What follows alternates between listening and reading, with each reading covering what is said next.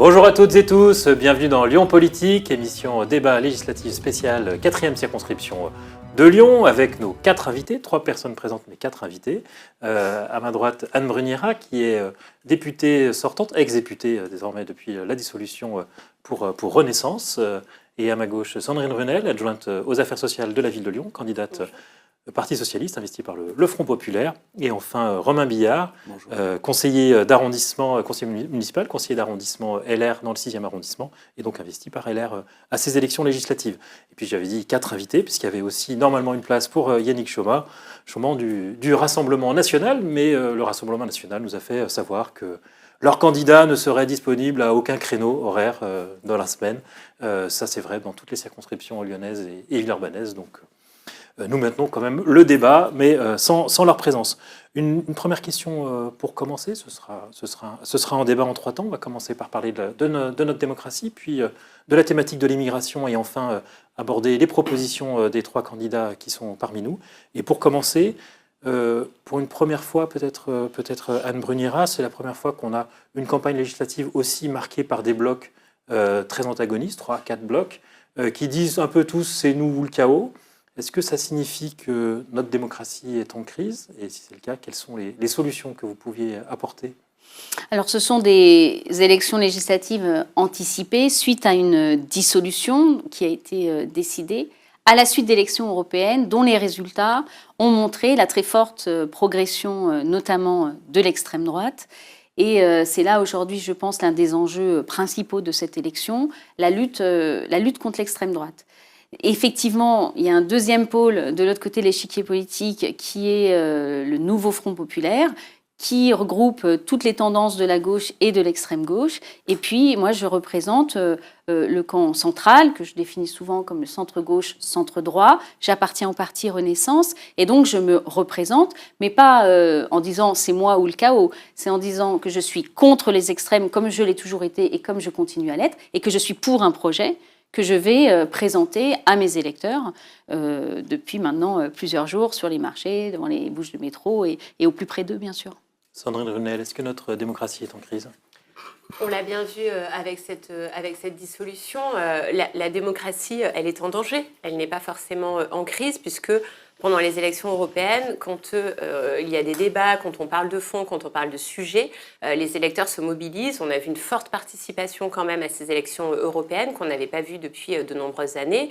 On voit bien sur ces élections législatives anticipées aussi une forte progression du taux, notamment de demande de procuration. Donc les électeurs se mobilisent, ils ont envie de participer à ces élections législatives anticipées. Et oui, on a quand même une crise de nos institutions, mais notamment par à la fois les réformes qui ont été mises en œuvre par le président Macron, mais aussi par tout un tas d'initiatives qui avaient été sollicitées notamment par les citoyens. Je prendrai comme exemple la Convention citoyenne pour le climat, qui a été un gros travail aussi avec des propositions qui a été enterrées par le président Macron.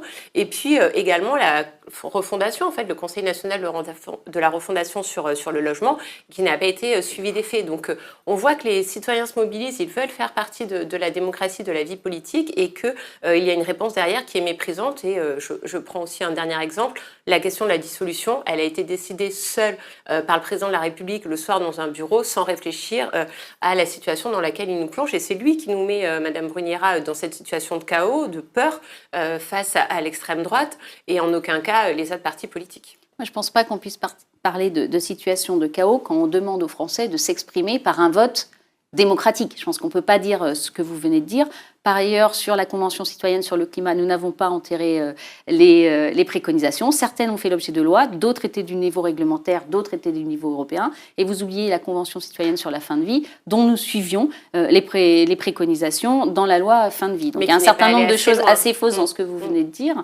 Et on ne peut pas dire qu'en redonnant la parole aux électeurs pour des élections législatives anticipées, on fait un acte antidémocratique. Et sur le renouveau démocratique, nous avons beaucoup agi, que ce soit sur les emplois familiaux ou sur, par exemple, la suppression de la réserve parlementaire. Nous avons un certain nombre de réformes à notre actif. Et enfin, le président de la République n'a pas décidé sur un coup de tête. Sa réflexion a été faite et nourrie. Par contre, la dissolution, effectivement, est une de ses prérogatives qu'il a le droit d'utiliser. C'est une de ses prérogatives, mais c'est la manière dont il l'a fait. Avant de vous laisser rebondir, Romain Billard, qu'est-ce qu'il faut changer à notre fonctionnement démocratique ? Je trouve assez drôle, en effet, que ce soit à la fois les macronistes et puis tout l'ensemble de la gauche, en effet, qui nous parle de l'Assemblée nationale.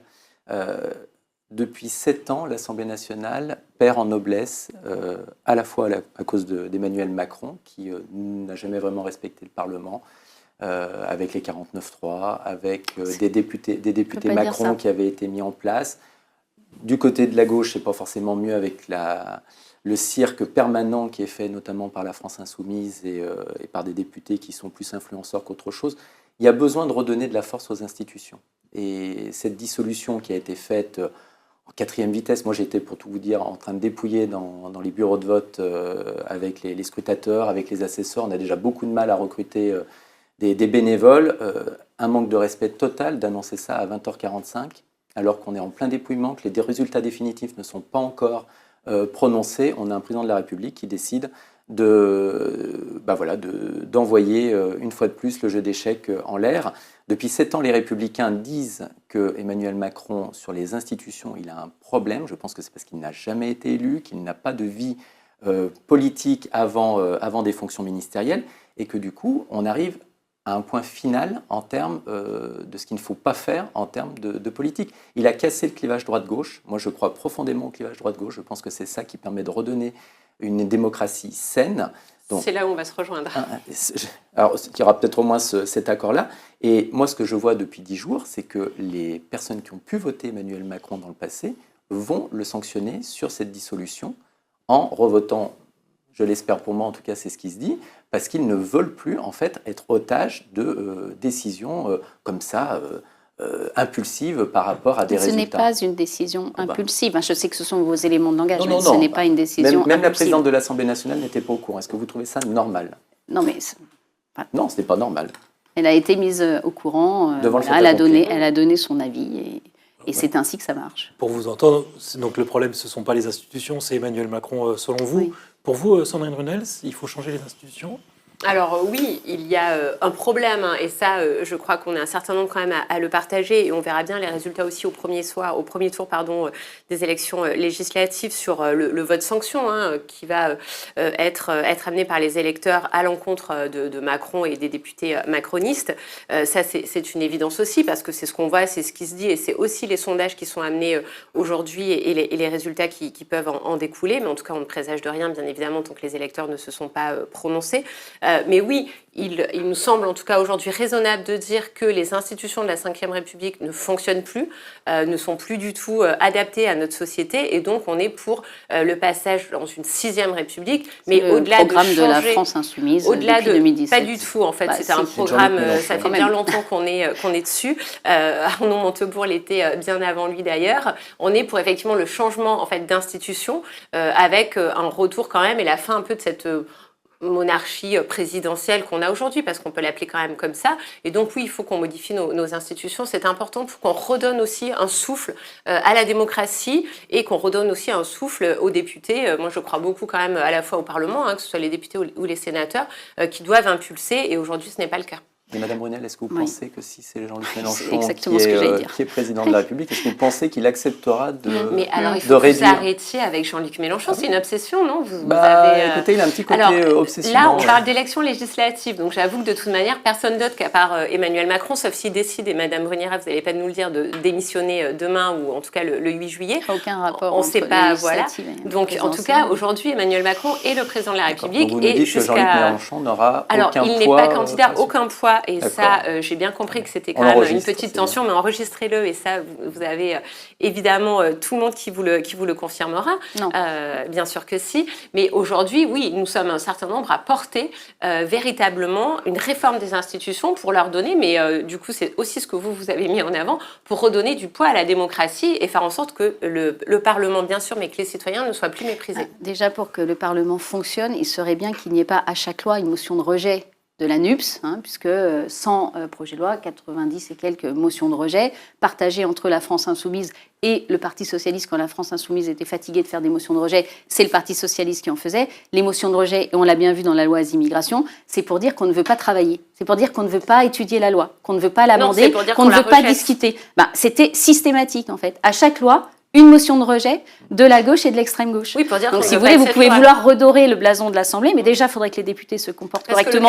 Ce qui de votre côté. Que, en fait, ça, c'est une bonne manière de gouverner. Le 49.3 que vous agitez, alors que vous savez très bien, enfin, j'espère que vous savez comment ça fonctionne. Nous sommes aujourd'hui en majorité relative. En majorité relative, donc, toutes les oppositions contre nous, nous ne pouvons pas adopter un projet de loi de finances.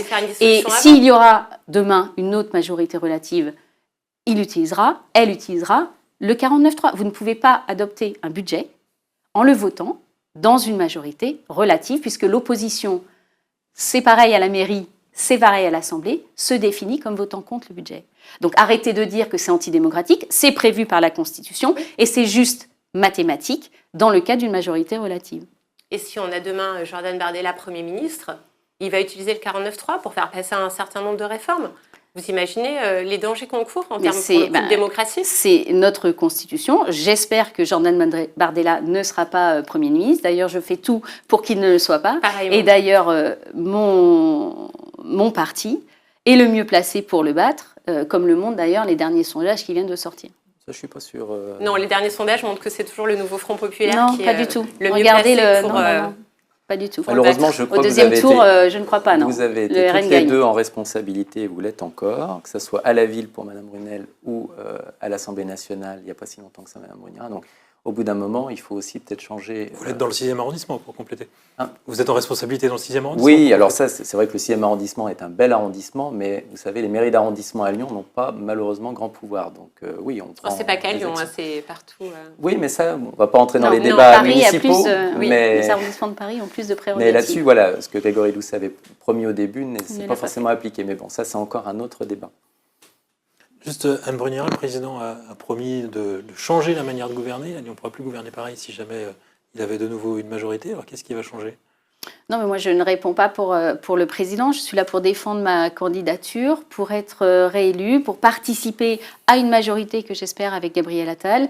Et donc, nous verrons ce qu'il en est le 8 juillet, sortie des urnes. Et j'espère bien que la 4e circonscription fera partie de l'arc républicain et portera une politique modérée, réaliste et réalisable et chiffrée, contrairement aux deux autres camps, notamment extrêmes, du Rassemblement national ou du Nouveau Front populaire. D'ailleurs, j'ai vu, Mme Bruniera, que vous aviez enlevé Emmanuel Macron de vos affiches, oui, qui était plutôt bankable en 2017 et encore 2022, et que là, vous préférez partir sur Gabriel Attal. Tout à fait. C'est un choix de campagne de notre... Non, c'est pas un désaveu, c'est le choix de porter notre Premier ministre, qui est en fait le responsable de notre campagne, sur nos affiches. D'accord. Okay. Mais c'est quand même un choix particulier de ne pas mettre le président de la République. Oui, c'est un choix de campagne que j'assume tout à fait, de mettre notre Premier ministre et Gabriel Attal.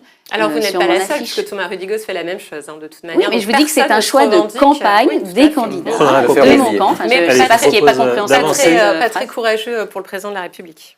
Je vous propose... Pourquoi pas très courageux ? Je ne vois pas. Il y a marqué majorité présidentielle. Enfin, j'ai jamais. Je vous propose d'avancer dans le débat. Il y a Renaissance. Il y a Renaissance, Horizon, Modem. Je pense qu'on a compris sur ces points. Je propose d'avancer dans le débat. On avait choisi la thématique de l'immigration pour la thématique de ce premier débat sur Lyon Politique.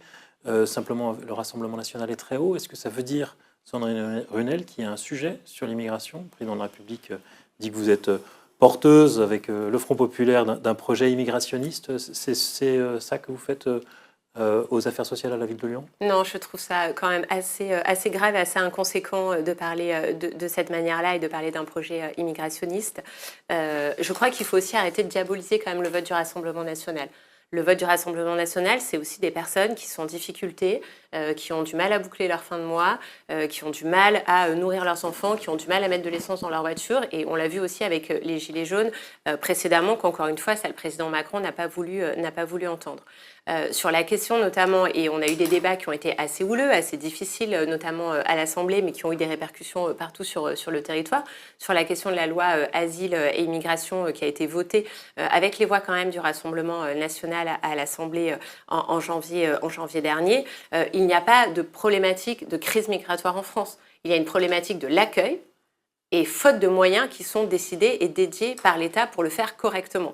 Mais aujourd'hui, on a besoin de mesures concrètes. On a besoin aussi d'avoir dans les préfectures des personnes qui accompagnent convenablement les personnes qui sont ou demandeuses d'asile ou qui sont justement des personnes qui sont réfugiées, donc protégées par la France et qui ne sont pas accompagnées et qui ne sont pas prises en charge. Et donc, on se retrouve avec à la fois une problématique de personnes étrangères qui arrivent en France, mais qui arrivent de manière tout à fait raisonnable. Et la France n'est pas le pays qui accueille le plus, loin de là. Les déplacés des crises, que ce soit les guerres, des crises climatiques, elles le sont dans les pays limitrophes. Donc en fait, c'est aujourd'hui quand même plutôt ou au Moyen-Orient ou en Afrique notamment que les personnes changent de pays pour essayer de se mettre à l'abri. Et le problème de la France, c'est sa politique d'accueil. Donc aujourd'hui, si on se donnait véritablement les moyens d'avoir une politique d'accueil digne et efficace, on aurait moins de problématiques derrière et on aurait moins de personnes qui se retrouvent à la rue et que les villes, les collectivités locales, et je suis bien placée pour en parler, ont du coup la responsabilité de gérer à la place de l'État. Peut-être Romain Billard, vous aviez pris 3 à 4 minutes de retard sur la première partie du débat. Oui, écoutez, Sandrine Runel nous a habitués déjà en conseil municipal à faire un petit peu ce côté misérabilisme pour parler de l'électorat. Je pense qu'il y a plusieurs éléments qui font qu'aujourd'hui il y a des personnes qui votent Rassemblement National ou Reconquête. Le problème de la gauche française, c'est qu'elle ne veut pas reconnaître qu'il y a un sujet en effet avec l'immigration. Même le Parti travailliste, en ce moment en Angleterre, qui va certainement gagner les élections, dit qu'il y a un sujet par rapport à l'immigration. Donc au bout d'un moment, il faut pouvoir affronter les sujets sans stigmatisation, avec humanité. Je pense qu'on peut évidemment arriver à le faire, mais se voiler à chaque fois les yeux sur ce sujet-là, je pense que c'est une erreur qui fait que la gauche, là-dessus, n'arrive pas à tourner cette page-là. Après, il faut reconnaître que depuis 7 ans, Emmanuel Macron, Mme Bruniera, est complètement impuissant sur ces questions-là. Et tout à l'heure, vous parliez justement d'amender les textes à l'Assemblée nationale, ne pas passer par le 49.3. Je tiens juste à dire que vous avez voté contre la loi Asile-Immigration. Donc je ne sais pas si c'est un petit rappel de votre passé en tant que membre du Parti socialiste, mais voilà, pourquoi vous n'avez pas voté cette loi qui avait été amendée, qui était une loi qui avait été justement demandée par le président de la République qu'elle soit votée par sa majorité. Vous ne l'avez pas fait. Voilà, je pense que vous n'avez jamais justifié ce choix-là. Donc, si, j'ai fait un communiqué de presse qui a été extrêmement repris par toute la presse lyonnaise. Donc, vous ne lisez pas la presse lyonnaise, écoutez, j'écoute surtout ce que disent les habitants et bizarrement, personne n'avait vraiment saisi. Donc, écoutez, j'ai énormément de retours sur ce vote, sur une loi très importante. Nous avons fait 2 lois, en fait, sur asile et immigration, une en 2018 et une qui a été finalement adoptée début 2024. Et effectivement, cette deuxième loi, j'ai voté contre. Mais je crois qu'il faut rappeler un peu le contexte de cette loi. C'était une loi qui était faite sur 3 triptyques, parce que entre l'accueil inconditionnel d'une part et la fermeture des frontières d'autre part, on a toujours porté une ligne médiane qui dit nous devons améliorer l'accueil des demandeurs d'asile, de ceux qui ont droit à l'asile, les intégrer plus vite, leur donner du travail plus vite pour ne pas les mettre dans des situations intenables, et nous devons lutter contre l'immigration illégale. Ça a toujours été le but de ces lois. La dernière dont nous parlons avait aussi un volet très important sur le sujet du travail et des métiers en tension. Donc cette loi, moi je l'avais travaillée, nous étions prêts à la voter à l'Assemblée nationale. Elle est passée dans un premier temps au Sénat où elle a été extrêmement travestie, complètement changée, avec je ne sais combien... Juste amendée. Non. Juste avec un titre supplémentaire, 2 très nombreux articles supplémentaires.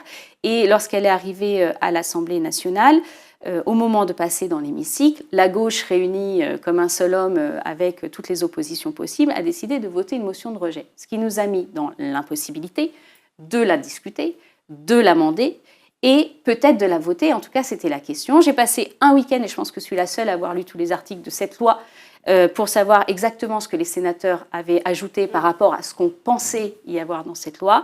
Et je me suis arrêtée sur 2 ou 3 articles qui m'ont fait prendre une décision de voter contre, dont je me suis expliquée auprès de mon groupe politique, car je ne vote jamais contre mon groupe sans les en informer.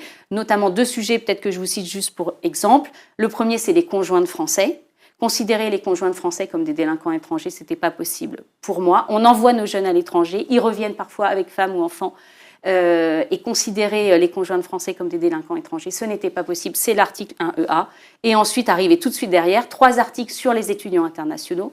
Moi, je travaille sur les étudiants sur la recherche depuis 2017. On a un plan qui s'appelle Bienvenue en France pour attirer des chercheurs, pour attirer des étudiants dans nos universités. Je ne pouvais pas considérer les étudiants internationaux comme des dangereux délinquants étrangers, ce qui était marqué dans la loi du Sénat. Je termine. Et ce qui a été d'ailleurs tout à fait sanctionné par le Conseil constitutionnel qui m'a donné raison. Ce qui veut dire que vos collègues Renaissance qui avaient voté, eux, c'est des fachos, alors.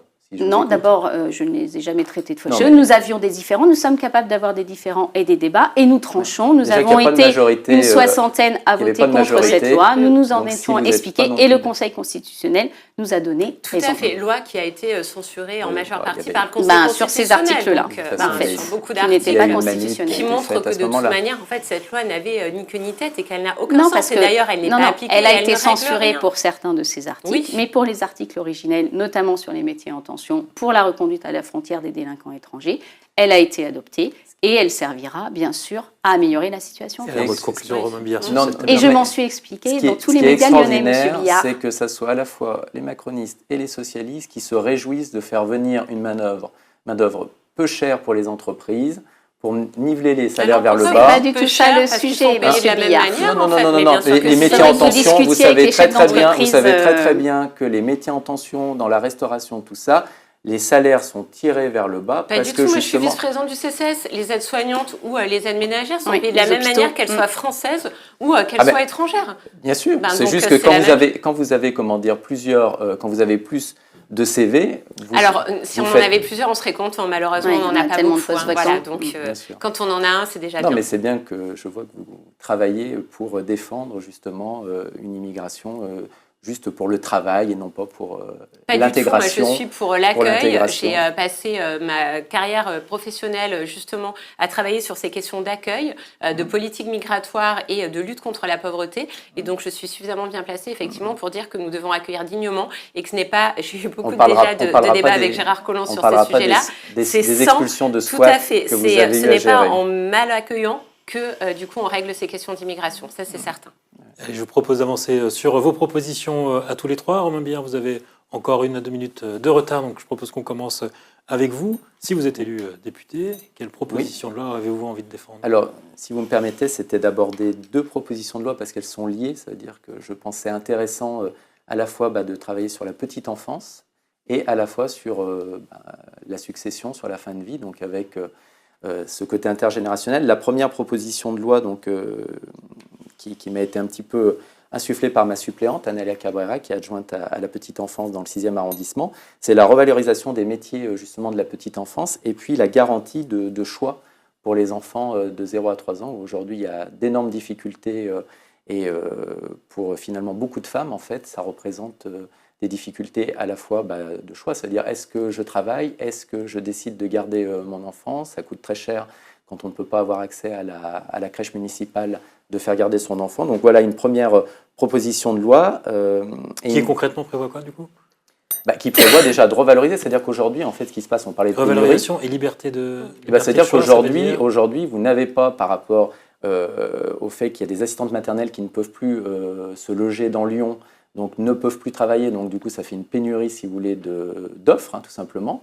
Et des places en crèche qui sont de plus en plus rares, difficiles à obtenir, donc aussi pour des foyers qui peuvent avoir aussi des revenus plus importants, qui n'ont pas forcément de place en crèche parce qu'ils ne rentrent pas dans les critères. Et puis après, tout simplement, s'il y a un problème de formation, de fait qu'il n'y a pas assez de personnes qui se tournent vers ces métiers-là parce que pour des questions de salaire, pour des questions de reconnaissance. Donc il y a vraiment un besoin de revaloriser. Et après, l'autre proposition de loi, c'est tout simplement la suppression de l'impôt sur les successions et les donations en ligne directe.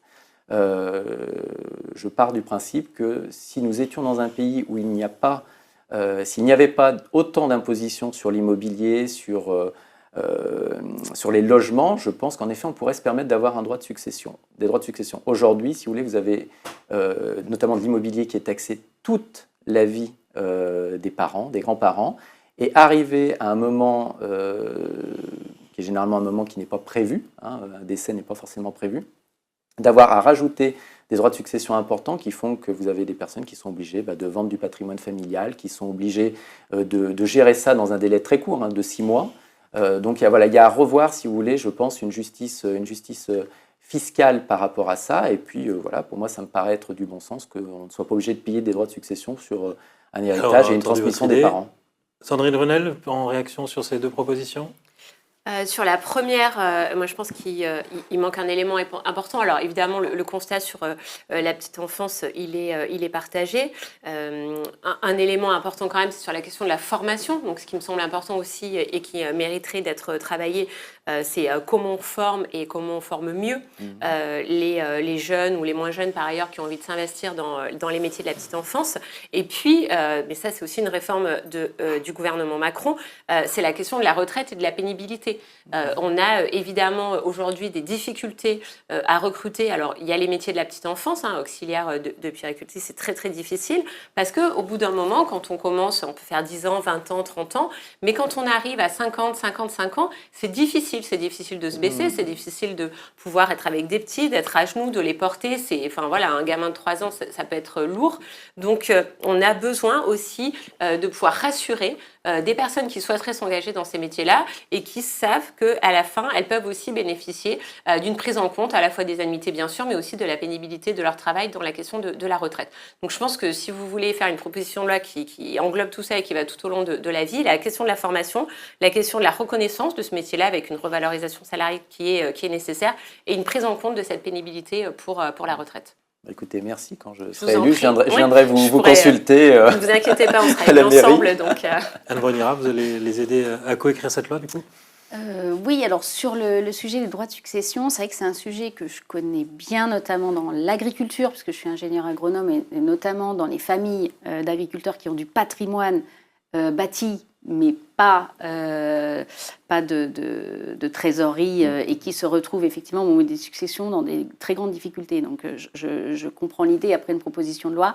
C'est extrêmement travaillé, c'est très précis, ça doit entraîner l'adhésion de tout l'hémicycle, ce qui n'est pas chose gagnée, mais je comprends l'idée. Sur la petite enfance, j'ai été adjointe à la petite enfance et effectivement, depuis le Covid, on voit bien que ce sont des métiers qui attirent moins, comme tous les métiers du soin. On a la même chose pour le grand âge, un petit peu aussi pour les enseignants. Tous ces métiers du rapport à l'autre.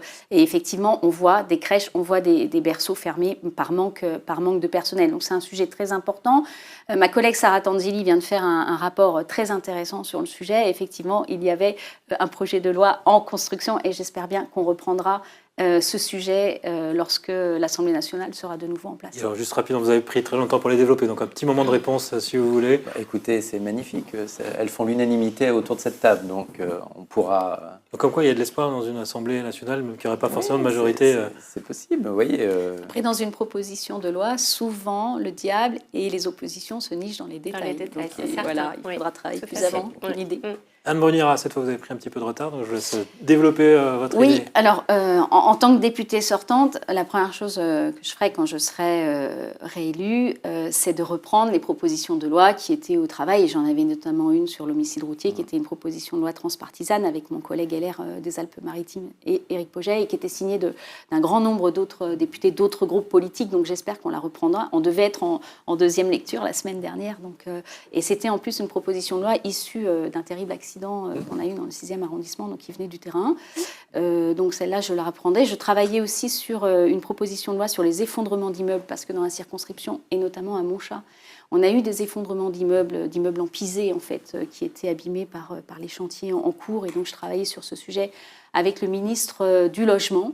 Et puis j'avais aussi, bien sûr, un travail en cours au niveau de la délégation aux collectivités territoriales sur la loi PLM. Le changement de mode de scrutin, celle-là est enterrée. Voilà, sur la métropole. Mais de toute façon, on ne sera plus dans l'agenda nécessaire de toute façon. Donc on garde le même mode de scrutin. Je pense qu'on continuera à travailler. Eric Woerth avait fait un rapport. On avait un certain nombre de travaux en cours sur la décentralisation, sur les compétences des différentes collectivités territoriales. Et je compte bien continuer à siéger au sein de la délégation aux collectivités territoriales. Défendre les idées que vous aviez déjà en cours, vous n'avez pas une nouvelle proposition de loi? Alors j'en ai une, et d'ailleurs je pensais que Romain Billard n'allait pas de ça, parce que j'ai vu ça quelque part, où je vous ai entendu le dire, mais il y a le sujet de la simplification administrative. Hier vous en avez parlé. On avait un projet de loi qui devait arriver dans l'hémicycle sur la simplification administrative dans les entreprises, donc plutôt le volet éco. Je sais pas, je crois que c'était un peu ça que je crois que vous portiez. Moi j'ai un autre sujet sur la simplification administrative administrative, que j'avais travaillé avec notamment des syndicats de jeunes médecins et de médecins sur comment dégager du temps médical. En fait, comment dégager du temps médical, du temps de médecin par la simplification administrative, notamment les certificats médicaux et les choses comme ça. Et c'est un sujet que j'aurais bien aimé mettre au travail si je le peux. Une réaction peut-être Sandrine Brunel ? Juste une réaction, mais sur le rapport Verse, notamment sur la simplification et sur les modalités. Enfin, il n'y avait pas que le changement de scrutin, mais encore un rapport qui, pour l'instant, a été en tout cas enterré, sur lequel on n'a pas... il n'est pas enterré, il venait juste de sortir. Oui, mais bon, du coup, malheureusement, je crois qu'il ne servira pas à grand-chose. Mais effectivement, on avait des débats quand même sur le changement à la fois de scrutin, mais il n'y avait pas que ça. C'était aussi quand même sur la démocratie et sur le fait que, notamment sur les arrondissements à Lyon, ils soient mieux représentés avec l'augmentation de la population et une meilleure répartition entre les différents arrondissements. On a aujourd'hui des arrondissements comme le 3e avec plus de 100 000 habitants et le 1er avec 35 000 habitants. Donc, il y avait besoin d'un rééquilibrage. C'était quand même important qu'on puisse travailler là-dessus. Bon, c'est dommage, on verra bien ce que ça donne. Une réaction là-dessus, sur les travaux que vous aviez engagés et les différentes propositions que vous avez pu nous présenter.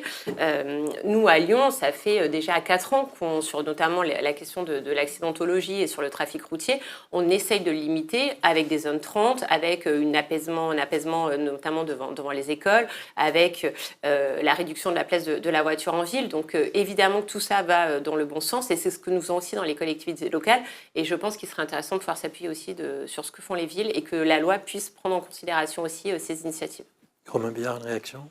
Oui, en effet, c'est vrai que vous avez porté sur les homicides routiers où, voilà, évidemment, c'est une proposition de loi qui est nécessaire. On se souvient tous du drame qu'il y avait eu à l'angle de Viton-Garibaldi.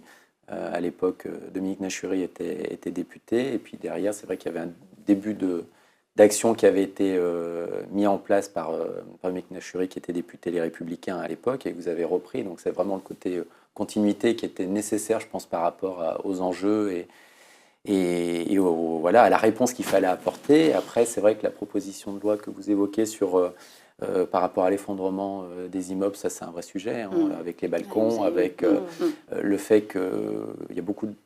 On le voit, par exemple, tout à l'heure vous parliez de la mairie du 6e, c'est vrai qu'en mairie d'arrondissement, on est quand même beaucoup sollicité aussi sur des déclarations de travaux, et malheureusement, il y a de plus en plus de personnes qui ne font pas forcément les choses comme il faut, donc ça pose des sujets collectifs de copropriété. Mais c'est vrai que les copropriétés, c'est évidemment un sujet lié à mon travail qui m'intéresserait de travailler dans des propositions de loi annexes. Décidément, on est sur des propositions qui sont assez consensuelles. Je ne sais pas si ça augure de comment fonctionnera la prochaine Assemblée nationale. Mais c'est comme ça que fonctionne l'Assemblée. En 2 ans, même si nous étions en majorité relative, nous avons adopté 94% de nos lois. Alors, on n'est pas d'accord sur tout, mais on essaye de trouver des sujets sur lesquels on est d'accord. On a beaucoup de propositions de loi transpartisanes qui ont été... Je suis ravie de l'entendre parce que tout à l'heure, ça se passait moins bien... Ça se passe moins bien parce qu'on a des députés qui ne sont pas dans leur rôle, en fait. Et je suis désolée de le dire, mais la France insoumise en fait partie et hystérise le débat régulièrement pour plaisir de hystériser, alors qu'on pourrait avancer et voter et débattre sans se crier dessus. Et alors, on ne relance pas la première partie du débat. C'est vrai que le Rassemblement national ne le fait pas. Mais... Sandrine Brunel, votre proposition de loi ? Alors moi, c'est une proposition de loi qui, j'ai envie de dire, n'a rien d'innovant puisque c'est une proposition qui a été amenée à maintes reprises et que, encore une fois, le gouvernement refuse de travailler, qui est la question de la loi grand âge. Et nous avons besoin véritablement d'avoir... Le gouvernement a refusé, mais elle a quand même été votée. Sur la question notamment des EHPAD aujourd'hui et des financements publics pour les EHPAD. Nous avons véritablement besoin d'avoir un financement pour les EHPAD. Donc moi, ma proposition de loi, ce serait celle-là. Aujourd'hui, on a 85% d'EHPAD publics qui sont en déficit, qui ont fini l'année 2023 en déficit. Et donc, on a besoin d'avoir un financement qui vienne aider les EHPAD. C'est un projet de loi de finances et ce n'est pas une prérogative de député. Tout à fait, à part que nous avons besoin d'accompagner, encore une fois, la réforme de ce système-là. On doit accompagner aussi le vieillissement de la population, le maintien à domicile, et donc il y a besoin d'un encadrement. Et aujourd'hui, c'est ce qui manque, et donc c'est moi ce que je défendrai. Je suis vice-présidente du CCAS aujourd'hui. Je vois bien la difficulté pour les familles de pouvoir confier leurs parents, leurs aînés, vous en parliez aussi, dans des EHPAD. Aujourd'hui, on a aussi beaucoup... peiné avec notamment ce qui s'est passé avec Orpea. Et donc aujourd'hui, les parents sont quand même très très en difficulté de laisser leurs aînés aller dans des EHPAD privés. Ils sont très en inquiétude. Donc, et nous avons voté une proposition de loi ouais, déjà sur le bien vieillir et notamment sur le contrôle des Tout EHPAD. à fait. À part qu'en fait aujourd'hui, ça ne va pas assez loin, ça n'aboutit pas et que nous avons besoin d'avoir véritablement un cadre qui permette de fonctionner correctement. Et c'est la plus grande difficulté qu'on rencontre aujourd'hui. Donc voilà, du coup, moi je suis pour faire en sorte qu'on ait une proposition de loi qui encadre à la fois donc, le maintien à domicile, le bien vieillir, qui permettent aussi de dégager, et ça vous l'avez dit, dans le cadre d'une loi de finances, des moyens supplémentaires. On estime à 10 à 12 milliards quand même aujourd'hui le financement public pour pouvoir faire en sorte que les EHPAD accompagnent dignement les personnes et qu'on ait évidemment du personnel à la fois formé, mais surtout du personnel. Mais nous l'avons on a une véritable difficulté. Voilà. Romain Billard, une réaction. Oui, nous l'avons voté il y a un an. Vous êtes un peu en retard, on fait un tour de réaction, Oui. puis je vous laisserai conclure ce débat à 30 secondes chacun. La réaction, oui, évidemment, il y a un vrai sujet sur le grand âge. Je pense que tout le monde est confronté individuellement dans ses familles à ce sujet-là. Il y a une question de moyens, là aussi, qui est très importante. Aujourd'hui, le coût des EHPAD, le maintien à domicile, ça représente évidemment un budget à la fois pour les familles et puis un budget pour les collectivités, pour l'État. Donc c'est un sujet qui, pour le coup, je pense, sera plus sur un projet de loi qu'une proposition de loi. Mais voilà, il faut... Peut-être que la proposition de loi peut être le colibri, on va dire. Vous assumez plus de dépenses publiques depuis tout à l'heure. Oui, mais la question, c'est pas... Moi, je suis pour les services publics de qualité, il n'y a pas de sujet. La question, c'est comment on répartit au mieux les dépenses et les recettes. Voilà. Je pense que là-dessus, on n'est pas forcément d'accord avec la majorité présidentielle. Et on n'est pas du tout d'accord, je pense, avec beaucoup de choses de la gauche. C'est-à-dire que, voilà, on aimerait tous arrêter de travailler à 55-60 ans. Quand j'entends qu'aujourd'hui, je pense que les Républicains, aujourd'hui, est le seul parti de droite libérale qui parle d'économie d'impôts, qui va parler de réduire les charges, qui va parler, voilà, on va faire mieux avec moins. La majorité présidentielle, Emmanuel Macron, et je ne parle même pas du Rassemblement national ou de la gauche, où c'est le carnet de chèques, le carnet de chèques, le carnet de chèques. On est en ce moment dans la période électorale où tout le monde a sorti son carnet de chèques. Les Républicains ne l'ont pas sorti, donc on peut au moins leur reconnaître ça, parce qu'on part du principe qu'il y a des solutions. On n'a pas vu votre programme. Mais si, il faut aller sur le site des Républicains, vous le trouverez. Vous verrez qu'il y a toutes les propositions. Nous, l'idée, ça a toujours été comme ça, c'est d'arriver à faire mieux avec moins. Mais ça, c'est une philosophie d'esprit qui est notamment la philosophie de droite. Un dernier mot de réaction. Oui, sur les allègements de charges, c'est dans notre programme. C'est ce que Gabriel Attal a appelé la désmicardisation. C'est le fait, d'alléger les charges, notamment patronales, pour qu'un chef d'entreprise puisse augmenter une personne payée au SMIC sans avoir à payer trois fois plus de charges que d'augmentation de salaire, ce qui est un frein. Mais ça fait quelques temps qu'on y travaillait, c'est en cours. Du coup, c'est dans notre projet, comme tout ce qui était en cours, et nous allons le faire. Alors, pour ne pas faire trop durer ce débat, je propose qu'on arrive à la conclusion. Peut-être Romain Billard pour 30 secondes de conclusion de ce débat. Oui. Écoutez, voilà, pour parler un petit peu de moi, je suis originaire de la 4e circonscription. J'ai grandi à Montchat. C'est une circonscription que je connais bien, j'y travaille, j'y vis. C'est une circonscription esthétiquement, culturellement, qui est extrêmement intéressante.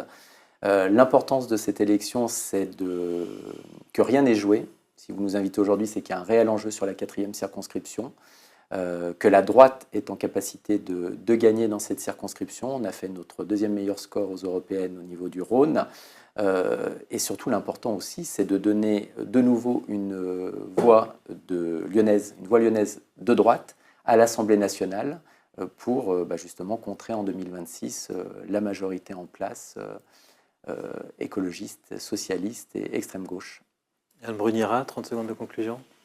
Oui, donc pour cette élection législative, le 30 juin prochain, moi je propose une candidature qui est à la fois bien sûr une candidature expérimentée, puisque je suis députée de cette circonscription depuis 2017, mais aussi une candidature de terrain, une candidature proche des Lyonnais, une candidature qui saura les accompagner dans leurs défis du quotidien, et puis qui porte un projet réaliste, raisonnable et chiffré.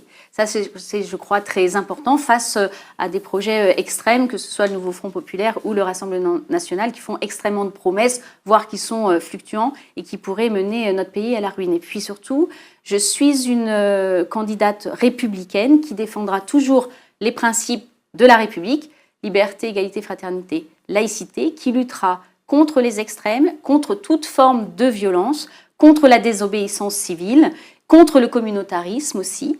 Et je pense que ma candidature permettra de garder la 4e circonscription dans l'arc républicain face aux extrêmes. Sandrine Brunel. Juste quelques mots effectivement de conclusion. Je suis également une élue de terrain puisque je suis élue depuis 2008. Je suis aujourd'hui adjointe au maire en charge des solidarités. Je suis la candidate de la gauche et de l'écologie. On porte un projet de transition sociale et écologique et c'est important de le rappeler. J'habite dans cette 4e circonscription où mes enfants sont scolarisés et où évidemment nous avons notre vie, notre quotidien comme de toute manière beaucoup de personnes que je rencontre et qui aiment les différents quartiers dans lesquels ils vivent et qui nous font part aussi quand même de la satisfaction qu'ils ont, du bien-être en fait et de la qualité de vie qu'ils ont gagné notamment depuis justement les différents travaux d'apaisement, le fait de réduire la place de la voiture en ville aussi, de végétaliser beaucoup. Donc moi j'entends quand même beaucoup de choses très positives dans cette campagne. J'entends aussi quand même que mon voisin de gauche, mais Romain Billard, dit que lui en fait c'est un tremplin pour 2026 et que donc, je ne suis pas candidat à 2026. Il nous a dit ça. Mais voilà, aujourd'hui, ma candidature, elle s'inscrit véritablement dans un engagement qui est politique, qui est évidemment de faire barrage aux extrêmes et de lutter contre toute forme de sectarisme et bien évidemment le Rassemblement national. Je le rappelle encore une fois, nous avons un programme qui est chiffré, qui est un programme avec des propositions qui sont concrètes, qui ont été portées véritablement aussi dans la ligne de ce qu'a défendu le Parti socialiste aux européennes avec la candidature de Raphaël Glucksmann. Et donc aujourd'hui, je le souhaite et je l'espère que ce que nous avons mis en place depuis 4 ans déjà à la ville de Lyon permettra aussi d'avoir une majorité qui se dégagera dans le cadre du nouveau Front populaire à l'Assemblée nationale d'ici le 7 juillet. Et merci tous les trois pour votre participation à ce débat. Merci. Moi, je vous rappelle que les élections législatives, c'est le 30 juin et le 7 juillet. Et je vous dis à bientôt pour une nouvelle émission de Lyon Politique.